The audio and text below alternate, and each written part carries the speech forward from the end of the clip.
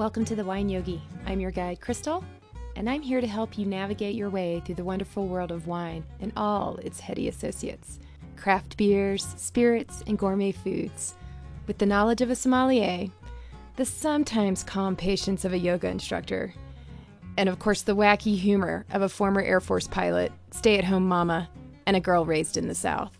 So let's get chatting about wine. Welcome to this episode of the Wine Yogi. So today we are going to be discussing wine because we have another major holiday coming up that is sure to demand your attention when it comes to food, certainly wine, at least in my family.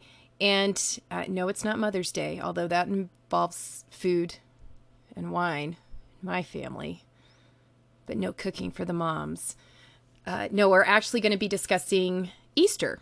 So even if you don't observe Easter for religious reasons, it's still a wonderful holiday full of renewal. It's a time of spring coming forward.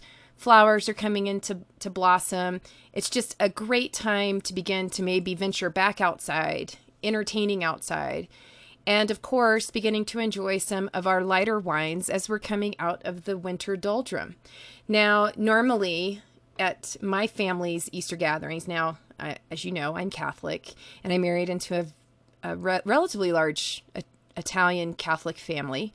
And Easter, I would say, in terms of the order of things, is an even bigger holiday experience than, say, Christmas. You know, Christmas, we exchange gifts and everything, but Easter is really about a time for renewal of faith, joyous celebration, and certainly a time to come together and enjoy amazing food. So just to kind of break down our normal table at Easter, that's as I kind of guide you through what we typically have for Easter, it's also what I'm going to be discussing in terms of wine and food pairing.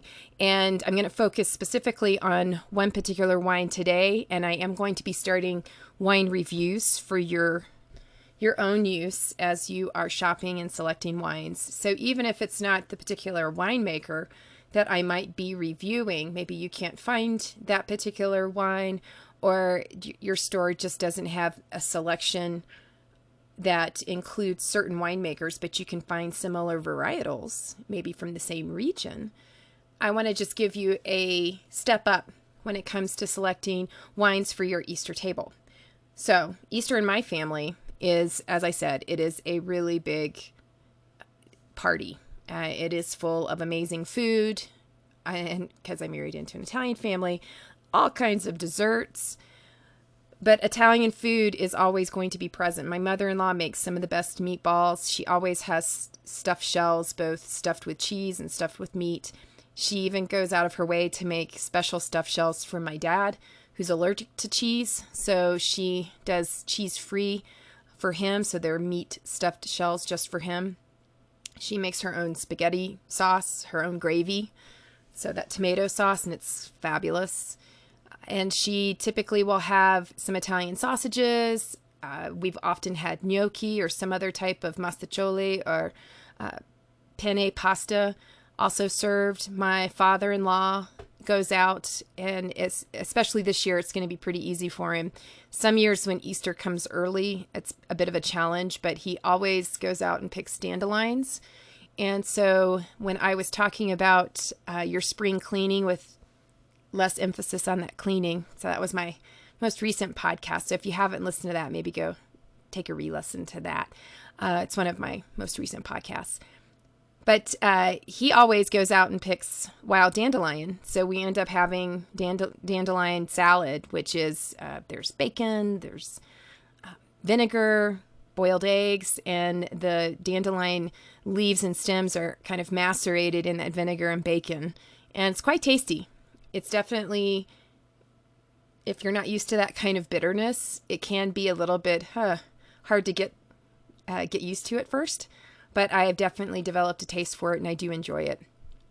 But what else we also usually will have either ham or lamb of some kind. So my sister-in-law often prepares the ham that we bring over, because some folks maybe are more inclined for more traditional fare and not necessarily the Italian side. I get a little bit of everything.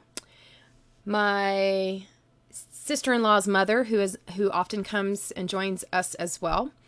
So this is my brother-in-law's mother-in-law. So it's Pueblo. We're all related.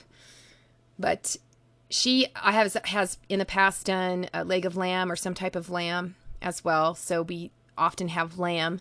So we kind of have your major traditional ham, lambs, kind of that standard Easter fare. And obviously all of the desserts. You may be wondering, what do I bring? I bring the wine.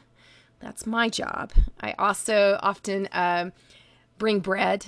Last year, my son made bread for Easter, and we have done, my mom and I like to make deviled eggs, very Southern style. So we'll do up several batches of those. We'll also make sausage balls for the appetizer table. And I'm just trying to think. I don't even know what I'm going to make this year. I often make salads, just mainly because I know, especially if my husband can join us, he has so many food allergies. I usually want to be able to prepare something that I know he's going to be able to enjoy as well, because oftentimes things like corn or some other type of peas, because we are coming into spring, so oftentimes dishes have peas in them as well. It's tough for him. I may do a ratatouille this year just because that's a great spring, I feel it's a springtime dish, but there's also a wonderful jardiniere, which is a spring French vegetable dish. So I may do something like that. I haven't decided yet. But I do usually bring the wine. So I also appreciate all the different tastes from my extended family. I have certain cousins of my husband who prefer their wine sweeter. I have certain people who prefer bubbles, but they like them drier, or they like them sweeter. I have certain extended family members, to include my husband, myself, my brother-in-law, my sister-in-law. So these are my husband's siblings. We all tend to drink red wine. And so we like, especially if we're having lamb or that ham, I'm going to start looking into a lot of Pinot Noir, Piccolo Neri, which is an Italian grape that they think was around the time that Jesus would have been conducting his ministry. So, you're kind of associating that particular ancient grape with the time of the year and the particular religious holiday. But I certainly want to provide something for everybody that they can enjoy. So what we're going to be discussing today is how to figure out what wines are going to go best with what you are going to serve for Easter. Some folks, that's the other time they'll do turkey. I know that Mandy's husband loves turkey. And so I wouldn't be surprised at all if maybe at their Easter table, a roasted turkey is going to come into play. So let's just talk about wine and food pairing 101, because there's a lot of people can be intimidated by it. And it's hard for me to understand why, mainly because I taste it, and then I taste the food. And if I don't like the way they go together, maybe I'm just going to drink water through my meal and enjoy my wine after dinner. But for some folks, it's a little overwhelming. And I think we've put, as a society, so much emphasis on, wine and food pairing. You have to have the right wine to make your meal complete. And yeah, I mean, certainly the right wine for your meal choice can elevate your meal. And vice versa, the wrong wine, if you're going to insist on consuming it with your meal, and that's the only thing you have, can maybe detract from what you're serving. But I think it's really important that you, as you begin to maybe go to tastings and you're starting to kind of figure out what your menu is going to be, start to think about the different food types that you're going to have, beginning with your first few courses. If you are going to do an actual sit-down full course where you're doing a very first amuse-bouche, where you're just kind of waking up the taste buds, or if you're like us, we tend to do more buffet style. So folks that want to have red wine, they're going to go to a certain part of the table. Folks that want to have a lighter wine might go somewhere else on the table, enjoy something different that goes with their wine. So there's all kinds of ways that you can do this. But if you're trying to make your Easter celebration special and you really, really want to work on selecting the right wine to go with your food, you need to get out there and start going to your local wine shops and start tasting. Or if you don't have that available to you, maybe take a few of these suggestions and over the next few weeks, because we still have about a month until Easter rolls around. Actually, yeah, we have a month. So you have some time to start picking up some of these wines and maybe tasting through. So I'm going to spend the next few podcasts, we're going to focus in on some of my favorite options for your Easter table. So we're going to begin today, this discussion over our next few podcasts. We're going to focus in on our white wines. These are the wines that I would suggest you consider for the appetizer portion, maybe while everybody is just kind of socializing. Maybe if you're doing your Easter egg hunt or you have lots of little kids and children involved in Easter, maybe that's kind of when the focus is on them before you actually sit down for the meal. But you want something that's going to wake up your taste buds. It could also be early in the afternoon, so maybe you're not wanting to jump right away into a heavier wine. You may have just come from church, and you might just be feeling, I just want something nice and light. It could also be extremely warm wherever you're at. Easter this year is going to be on my anniversary, my 18th anniversary, wedding anniversary, with my husband, and he'll be flying. So we're celebrating different times. But it's on April 21st this year. That's pretty late. That's pretty late. Now here in Colorado, we can have all 4 seasons a couple of times in one day. So we can go from freezing and snowing to sunny and 80 degrees. And because we're a mile closer to the sun, it's hot out in the sunlight. And we often, unless the weather prohibits and prevents it, we're usually outside doing an Easter egg hunt. My in-laws always put up a piñata for the little kids to go and wail on. My son last year graduated from no more hitting the piñata because he's a baseball player. He was 12. He destroyed that piñata, and the little kids, the real little ones, really didn't have much of an opportunity. So they had like their one swing, and then my man-child went up there and destroyed the poor thing. So this year he has to help hide the eggs. He is not going to be a participant in any of the fun events other than the eating. But that's a perfect time when maybe you are just gathering, still waiting on folks to maybe show up because of church, and maybe they're coming from afar and they just haven't gotten there yet. So you've got the deviled eggs out, you've got the crudité, your veggie tray out with maybe a nice little dip, nice cheese tray where you have a few cheeses that you've put out. Maybe you have those sausage balls. If you're Southern like me, we can't have a holiday without sausage balls. Just whatever you've maybe brought. That's typically where we often gather in the kitchen. That's where the appetizers are often kind of there for everybody to munch on while we wait for everybody to arrive.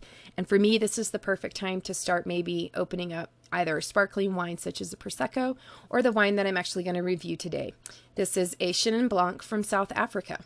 The name of this wine is Stonecross, and I've included a picture with this podcast of the actual bottle, and it's very reasonably priced. You're going to find this nice little wine in screw top, so even better. So that way, if you're going somewhere and you're not sure if they have a wine key or a wine opener, because my in-laws, they do have a wine opener, but it's not the kind of wine opener I like to use. So I always bring my own wine key with me.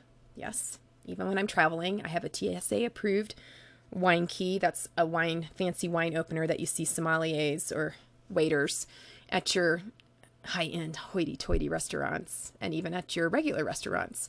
That's what they're using to open up bottles of wine. And they're very easy. And once you kind of get used to them, going to the Rabbits or some of these other fancy wine openers that require a user's manual, I get really confused. And so that's kind of how my in-laws, they'll go get their wine opener, and I'm like, I have no idea how to use that. Let me get my wine key out of my purse. But this one, if you don't have your own wine key, and my husband teases me because I have a wine key for every room in my house, for every bag I may find myself carrying, to include my gym bag, my purse, my overnight bag, my makeup bag. I'm trying to think of any other. Oh, so I have multiple gym bags. I have a Taekwondo bag, I have a yoga bag, and then I have my actual gym bag. So I have 3 of those. I do have one, well, 2 for the trailer. For a long time, I was carrying my wine key in my vehicles because when I was going to classes, I needed to have a wine key, and I was always afraid I was going to forget it. So I would just leave one in my glove compartment box. So then I thought that might not be a good idea if I ever got pulled over for speeding. So those are out of the car, but still in my purse. So anyway, this is a screw top wine because it is coming from South Africa. And much like your wines that are coming from down under, so you're talking Australia, New Zealand, South Africa, also in the Southern Hemisphere, it has quite a long journey to go. It's not like crossing the pond from France or Italy coming over to the United States. So because so much of the time is spent on ships as they're shipping them out there to their predominant market, the screw top cap actually provides better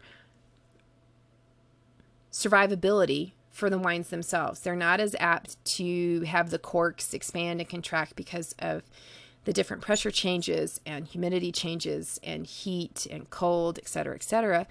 And so oftentimes you will find wines from afar, so South Africa, New Zealand, Australia, occasionally in your South American wines, and you are definitely starting to see more winemakers use the screw top just because it's more economic. It's also more environmentally friendly because cork, while it's a renewable source, cork is still a very expensive renewable source, and there's concern that we're over harvesting our cork. So when you have screw tops, you also pretty much eliminate the risk of having a corked wine, which about 10 to 12% of all wine produced that has a natural cork experiences corkage. And that is a little bug that lives on natural cork that gets into your wine and it funks it out.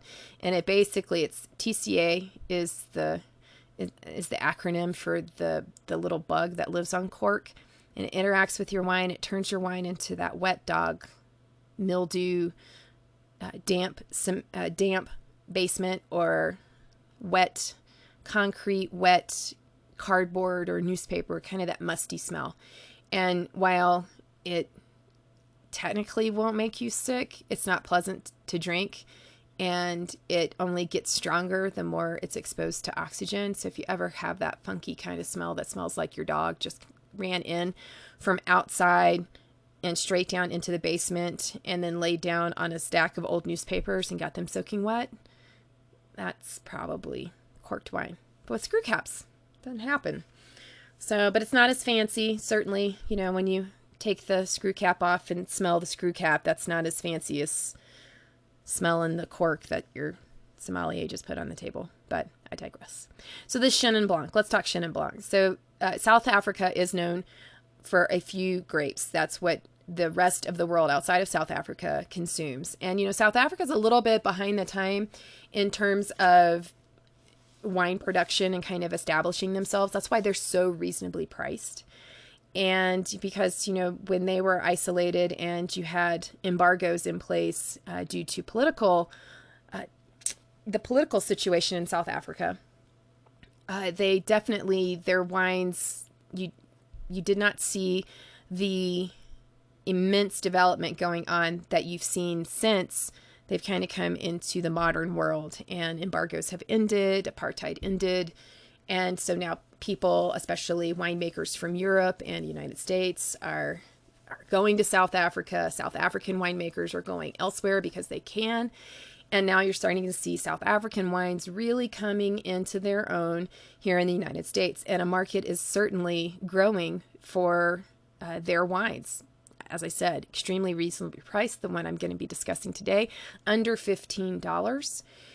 And Chenin Blanc, Sauvignon Blanc are your two common grapes that are going to be coming out of South Africa in terms of your white wines.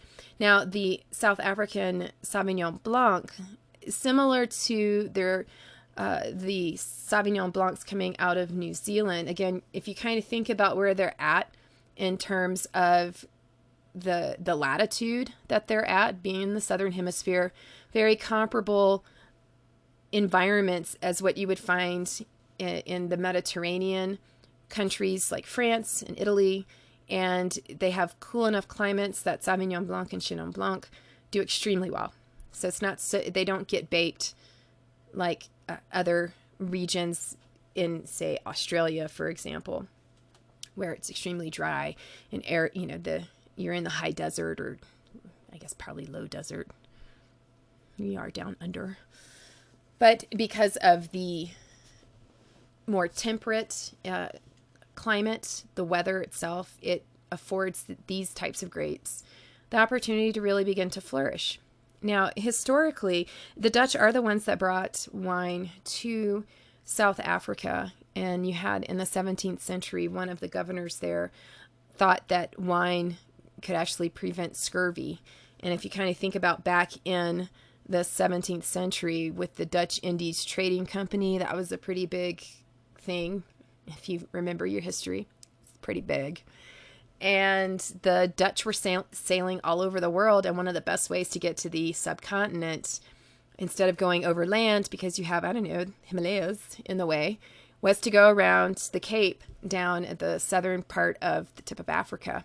Unfortunately, that's a very, very long journey by ship, and you had a lot of sailors that were not getting enough vitamin C and not eating proper nutrient-rich foods.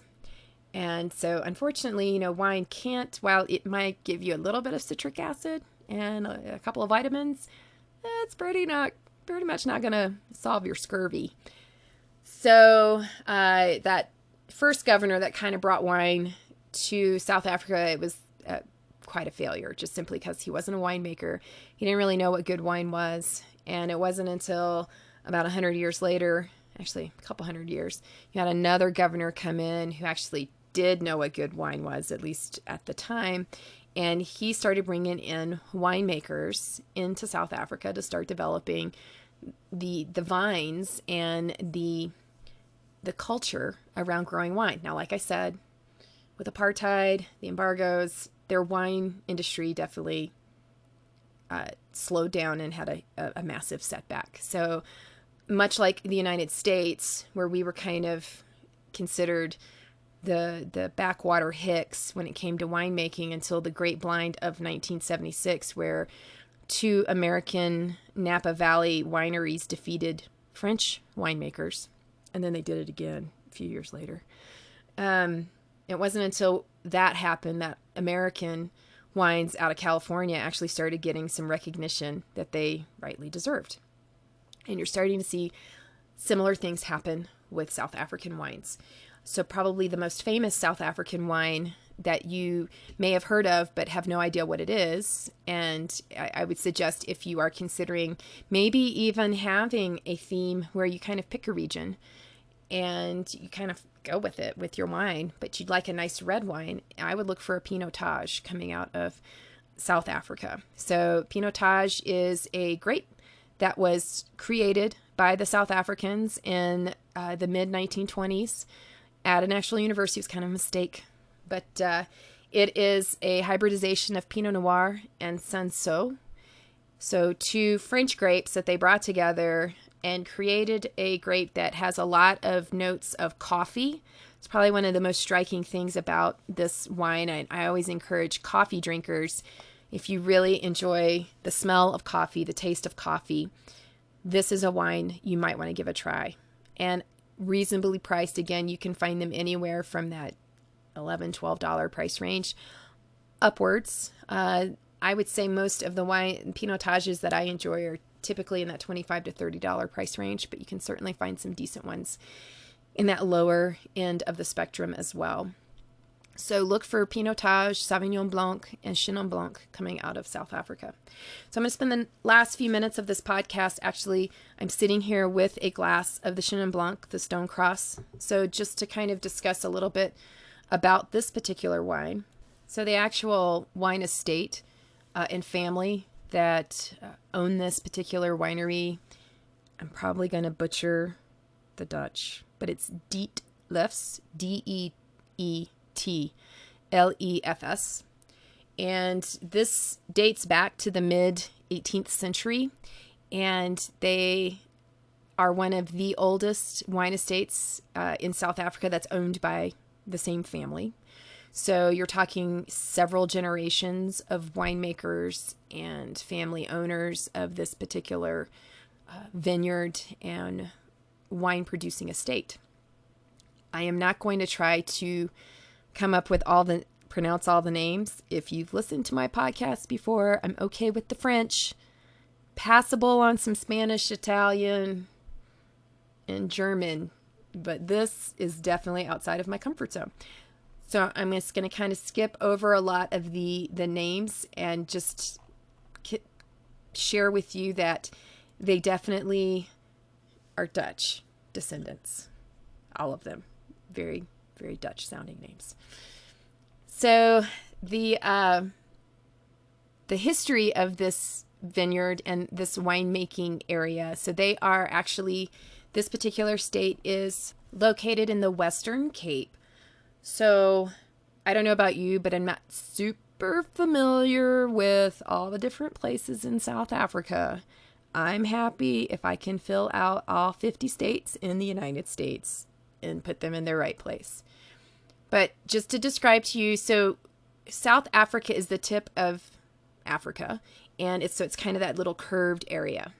And it's just south of Botswana, which is just fun to say, and Zimbabwe and Namibia. So the Western Cape is going to be on that Atlantic Ocean side, and you sail around Cape Town, which is part of the Western Cape, and that's the very tip of the continent of Africa. And then as you sail around the Western Cape going into the Eastern Cape is when you now enter into the Indian Ocean. So the Western Cape is the very, very bottom tip on the Atlantic side as you're going into the Indian Ocean side, so kind of the very, very bottom of Africa. So when you're looking at where this estate is located at, it's actually in a particular river region that I'm going to butcher the name of this river region, but it's called Breda River Valley.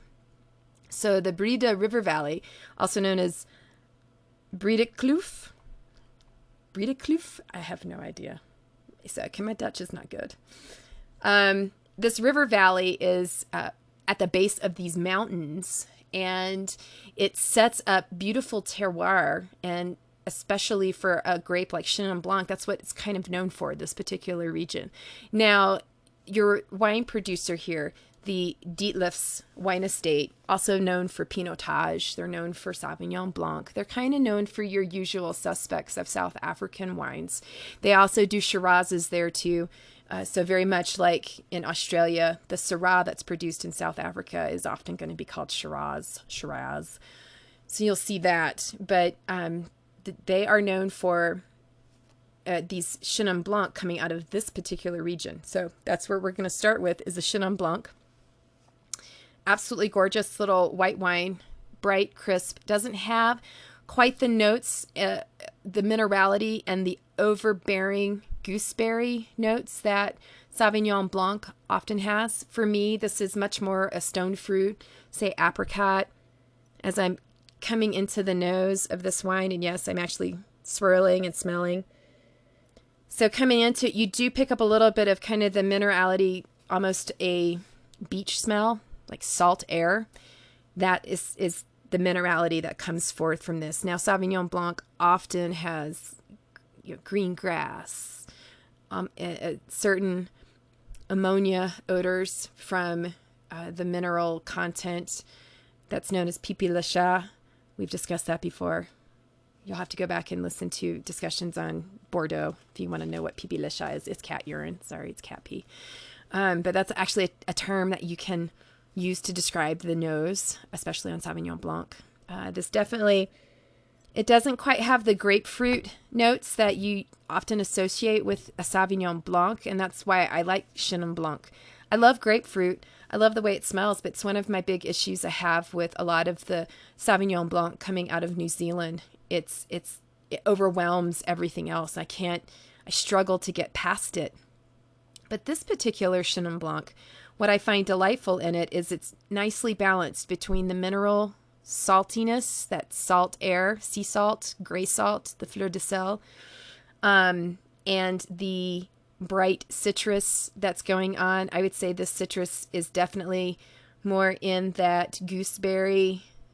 If you're not familiar with gooseberry, maybe bergamot might be a little bit more familiar to you, especially if you have some essential oils or bath salts. The color in the glass, and I am going to be posting some pictures about this on my blog at thewineyogi.blog.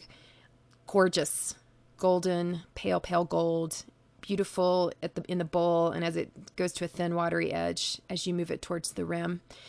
On the palate, as I said, it doesn't overwhelm the palate with notes, super strong citrus notes. Very subtle. I'd say it's almost like a key lime.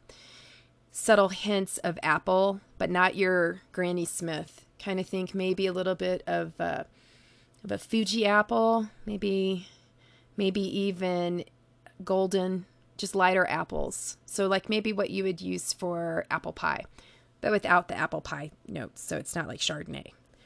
It's just the fresh apple that you might be enjoying on a picnic.